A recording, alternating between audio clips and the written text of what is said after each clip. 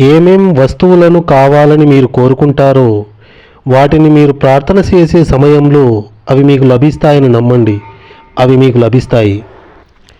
పై వాక్యాలను మరోసారి వినండి. నమ్మటం, లభించటం, లభిస్తాయి అన్న పదాలను ప్రత్యేకంగా గుర్తుపెట్టుకోండి. మనం ఒకదాన్ని నమ్మి అది నిజం అని అంగీకరిస్తే మన కోరిక తీరినట్టే, ఫలించినట్టే. ఆ కోరిక అప్పటికే ఫలించింది. దాని ఫలితం భవిష్యత్తులో మనం గ్రహిస్తాం. మానసిక ప్రపంచంలో దేనికైనా ఒక రూపం ఏర్పడాలంటే అది నిజంగా ఉన్నట్లు మనం భావించాలి. బైబిల్లో ప్రస్తావించిన నయం చేయడానికి వాడే పద్ధతికి ఒక అత్యుత్తమ ఉదాహరణ ఇదిగో. ఆయన ఇంట్లోకి వచ్చినప్పుడు గుడ్డివాళ్ళు ఆయన దగ్గరికి వచ్చారు.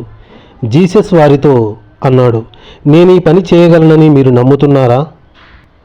వారు ఆయనకు చెప్పారు, అవును దేవా. అప్పుడు ఆయన వారి కళ్ళను స్పృశిస్తూ అన్నాడు, మీ నమ్మకం ప్రకారం మీకు జరుగుతుంది. అప్పుడు వారి కళ్ళు విచ్చుకున్నాయి. మరో మనిషికి ఈ విషయం తెలియనివ్వద్దని జీసస్ వారిని ఆజ్ఞాపించాడు. మీ నమ్మకం ప్రకారం మీకు అది జరుగుతుంది అని అనడం ద్వారా జీసస్ బహిరంగంగా ఆ గుడ్డివారి అంతర్గత మనసుల సహకారాన్ని అభ్యర్థిస్తున్నాడు. వారి నమ్మకమే వారి గొప్ప ఆకాంక్ష, వారిలో అంతర్గతంగా ఉన్న భావన.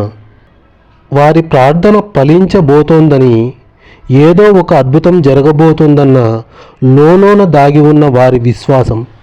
అందుకే వారికి అలాగే జరిగింది. మన మతాలు ఏవైనప్పటికీ ప్రపంచం అంతటా ఉపశమనం కలిగించే బృందాలన్నీ మీ నమ్మకం ప్రకారం మీకు అది లభిస్తుందని పదే పదే చెబుతుంటారు.